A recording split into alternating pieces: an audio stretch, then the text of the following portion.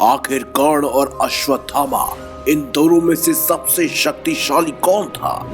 आखिर किसके पास थे सबसे शक्तिशाली अस्त्र और शस्त्र?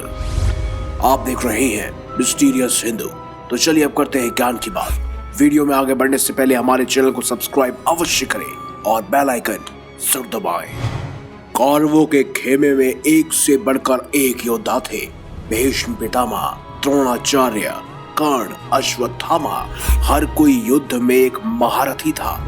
लेकिन जब जब बात की जाती है कर्ण की, तब उनके साथ हमेशा अर्जुन का नाम लिया जाता है। लेकिन कर्ण और अश्वत्थामा, इन दोनों में से आखिर सबसे शक्तिशाली योद्धा कौन था? तो चलिए सबसे पहले बात करते हैं सूर्यपुत्र कर्ण की, कि आखिर कर्ण कितने शक्तिशाली थे और कितने सारे दिव्यास्त्रों से लैस थे। महाभारत के समय में कर्ण श्रेष्ठ धनुर्धारियों में शामिल थे। वो एक पराक्रमी योद्धा थे। सिर्फ धनुर्विद्या ही नहीं, बल्कि वो एक मल्ल योद्धा भी थे। कर्ण के पास अनेक प्रकार के दिव्यास्त्र थे।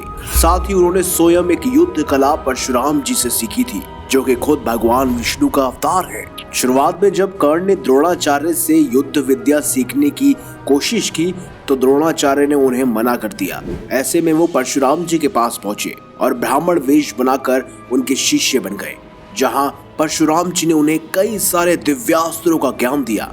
परशुराम जी ने स्वयं भीष्म पितामह और द्रोणाचार्य को भी ये सब सिखाया था। कहते हैं अर्जुन और कर्ण के बीच बहुत बार युद्ध हुआ था, जहां पर कभी युद्ध में कर्ण की हार हुई तो कभी अर्जुन की।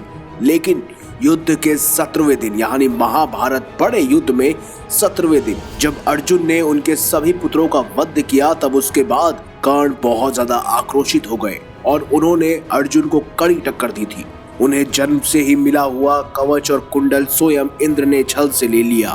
फिर जो वास्तविक शक्ति उन्हें इंद्र से प्राप्त हुई, उसे स्वयं उन्होंने घटोत्कच पर इस्तेमाल करवा दिया। और अंत में जब कर्ण के पास उसका विजय धनुष उसके हाथों में मौजूद नहीं था, तब अर्जुन की सहायता से उसका वध करवा दिया। कर्ण के पास कई सारे दिव्यास्त्रों का ज्ञान था। उनके पास संभावास्त्र, ब्रह्मांडास्त्र, भार्गवास्त्र, आग्नेय अस्त्र, गरुड़ास्त्र, नागास्त्र, नागपाशास्त्र, महाविनाशक वैष्णवास्त्र, रुद्रास्त्र, ब्रह्मास्त्र, ब्रह्मशिरास्त्र और इन सब को चलाने के लिए स्वयं विजय धनुष। वहीं बात करें अब अश्वत्थामा की, तो अश्वत्थामा भी एक बहुत बड़े योद्धा थे। हालांकि उनमें साहस की कमी थी। वो अपने पिता के दिए हुए दिव्यास्त्रों पर निर्भर रहते थे। यहाँ तक कि उन्हें तो कई बार युद्ध में हार का सामना भी करना पड़ा था और कई बार उन्होंने युद्ध क्षेत्र से पलायन भी किया था। लेकिन इसका ये अर्थ नहीं कि वो महान योद्धा नहीं थे। उनके अंदर भी कई सारी विद्याओं का ज्ञान था। कहा जाता है कि अश्वत्थामा स्वयं भगवान शिव के 19वें अंश अवतार हैं, जिनकी पूजा नहीं की जाती है। अश्वत्थामा की सबसे बड़ी शक्ति है उनके मस्तक पर जन्म से ही अमूल्य मणि का विद्यमान होना। कहते हैं ये मणि इतनी शक्तिशाली थी जो अश्वत्थामा को दैत्य, दानव, शस्त्र, व्याधि, देवता, नाग इत्यादि से निर्भय रखता था।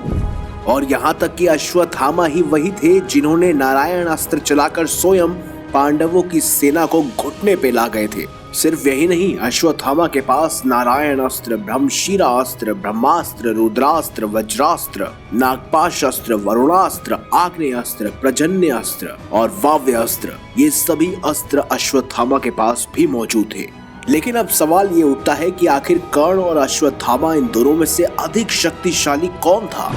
तो इसका स्पष्ट उत्तर है कर्ण, क्योंकि कर्ण एक धनुर्धारी भी थे। कर्ण के अंदर मल्ल युद्ध का ज्ञान भी था। कर्ण के पास बचपन से ही कवच और कुंडल का ज्ञान था। साथ ही अश्वत्थामा के पिता यानी द्रोणाचार्य ने जिन गुरु से ज्ञान लिया था, उन गुरु से स्वयं कर्ण ने ज्ञान लिया था। ऐसे में कर्ण अश्वत्थामा से ज्यादा शक्तिशाली थे।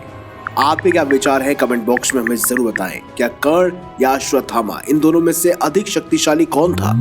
अगर आपको ये वीडियो अच्छी लगी है तो लाइक करें, हमारे चैनल को सब्सक्राइब करें और ज्यादा से ज्यादा शेयर भी करें।